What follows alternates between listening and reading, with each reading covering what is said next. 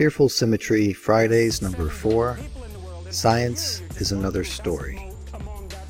I'm just going to linger just a little bit here because I don't think I can put up custom thumbnails, and my last video had problems with that. You're a node in a network. You're a node. So, Innocence for Obedience. I'm going to read a piece from Fearful Symmetry right away instead of trying to summarize it first or show you the important points. I'm going to get to that afterwards, and so this way you can get right into the text.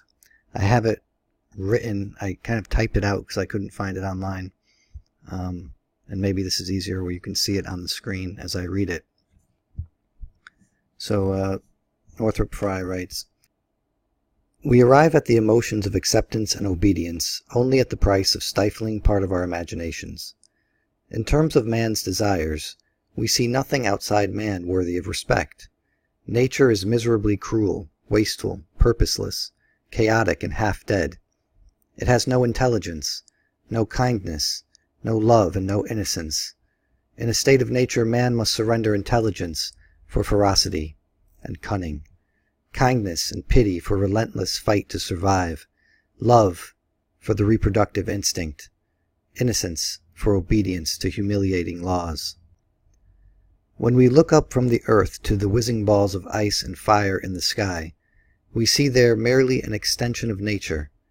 It is instinctive with the ignorant to worship the sun as the giver of life, and superstition of this sort is described by Blake as ignorant honesty, beloved of God and man.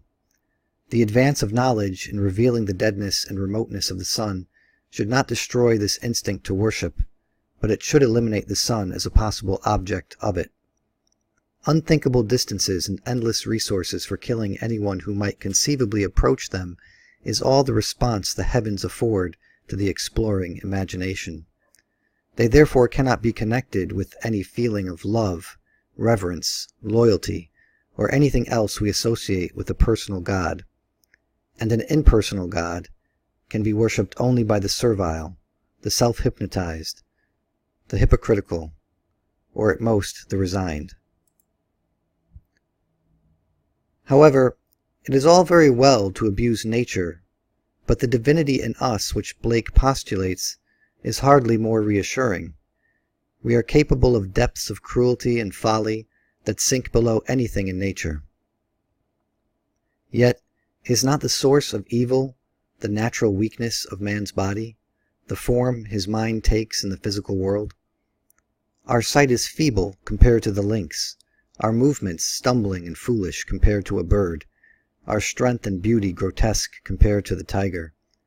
Once we begin to think in terms of wish and desire, we find ourselves beating prison bars. Our desire to see goes beyond any telescope. We are ashamed of our bodies, and though the shame itself is shameful, particularly when we realize that they are the forms of our souls, it is still there, and it is hard to love a creator who could, for instance, make our places of love and joy excrementitious. We are fearfully and wonderfully made, but in terms of what our imaginations suggest we could be, we are a hideous botch. The man who does not use his imagination is the natural man, and the natural man, according to all versions of Christianity except deism, can do nothing good. Yet what does the imagination do except reveal to us our own impotence? The realization that the world we desire and create with our imaginations is both better and more real than the world we see leads us to regard the latter world as fallen. It is a cheap print or reproduction of what was once the vision of the unbounded creative power of God. And all great visions in art lead up to visions of the fallen, unfallen world called paradise in the Bible and the Golden Age in the classics.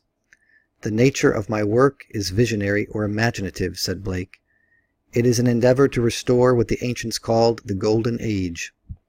In Christian terms, this means that the end of art is the recovery of paradise. The Bible tells us that in paradise man was integrated with God. Nature to him was not ocean and wilderness, but his own property, symbolized by the garden or park which is what the word paradise means. Animals were neither ferocious nor terrified, and life had no pain or death. I think there's a lot of good things in that passage, but that passage particularly is what got me thinking about how science is just another story. And it kind of coincides with some other things that I've been saying about Northrop Frye from his Great Code book. Without our imaginations, we would be stuck in the leaden world of the materialists.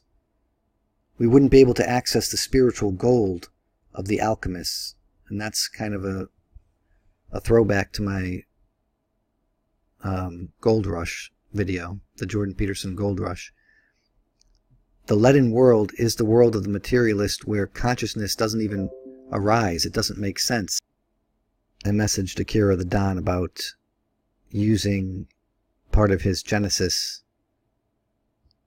song, his Genesis remix, as an intro or outro to this video, and I guess he just saw the comment. In the leaden world of the materialist, there is no free will. There is no looking beyond what is. And that's exactly what metaphor does. It allows us to look beyond what is. And I'm going to be doing a video called Metaphor and Epistemology, I think, perhaps Saturday or Sunday, that goes over this in more detail. And I'm going to work it through the... awesome. Akira just gave me permission to use that. So, it goes over the... I want to go over this issue through the lens of Nietzsche and Ian McGilchrist. What would be true is that science leads us to the ways in which metaphors are provably false, and not that we can then be led further to see that it is also metaphor that allows us to see that science has its own share of accidental beliefs. So, without our imaginations, that's what that sentence is about. Without the imagination, then it would be true that science leads us to the ways in which metaphors are provably false. And that's what Northrop Frye goes over in the Great Code. And not that we can then be led further to see that it is also metaphor that allows us to see that science has its own share of accidental beliefs. It could be otherwise. Our imagination allows us to think of the world as it might be, as it could otherwise be. And that's something that does not exist in the leaden world of the materialist. And it's very interesting that in some circles of the scientific community, there is a controversy over the multiverse. And this is something that, to me, I comment and I note, it's staring them in the face, but many of them don't see it. And I think there's a division in science between scientism, which is the limited leaden world of the materialist, and a true science, which is something after the Thomas Aquinas saying of thinking the thoughts of God after him. And if you have that division, I think you're limited in what you can do in science based on the philosophy you're bringing to it. So, anyway, I don't want to get too far into that because, like I said, I'm going to be doing a video specifically about that. But this is definitely a good intro or a good start, an initiation of that conversation. We have a built-in capability to detect the fallen nature of the world and of ourselves. And that's what the imagination is, as Frye described. Once we start to examine the world and ourselves, we see how much we fall short and how much further we could go, potentially. The military drumbeat of ratio, and this is something Blake was fighting against. It's the ratio. This is why we moderns have been beaten over and over until we give up our imaginations and we conform to the story of the objective world. We become parts instead of unities. Science becomes atomistic just as the scientist becomes atomized as well. And I go over that particular notion in Fearful Symmetry number 2, the destruction of the individual. Once you start to conform to the objective world, you become an object in it as well. Ratio is rationality, but it's the bad part. It's the rationalizing part. It's the part that can say that exterminating 6 million Jews makes sense, that the Gulag makes sense. You can rationalize any kind of hell on earth, and that's the ratio. It is only a beat because it doesn't understand harmony or melody. This is getting into McGilchrist language about the hemispheres of the brain. It is militaristic because it must stamp out all threats to itself. Again, this is coming from McGilchrist, that the left hemisphere is taking over the world. It freezes the world into a still picture of lines and angles, unliving, unfeeling, and inhuman. That's very Blakean. It is at the foundation of our popular science and science movements, the scientism parts. The people, in my opinion, it's the people who really don't understand what science is that fall into that. That's why it's hard to believe that someone like Sam Harris falls into it, but it seems like he totally fell into a scientism movement. It was the enemy of Blake. Ratio was the enemy of Blake. It is the enemy of man. It is the silence of fact, what is, instead of the myriad of what could be, the cacophony, if you will, that is turned into a symphony by our five senses. I think that's where I'm going to end this, and I just invite you to look forward to or try to catch up with this video I'm going to put out about metaphor and epistemology. And if any of this was interesting to you, please like and subscribe to my channel. Thanks.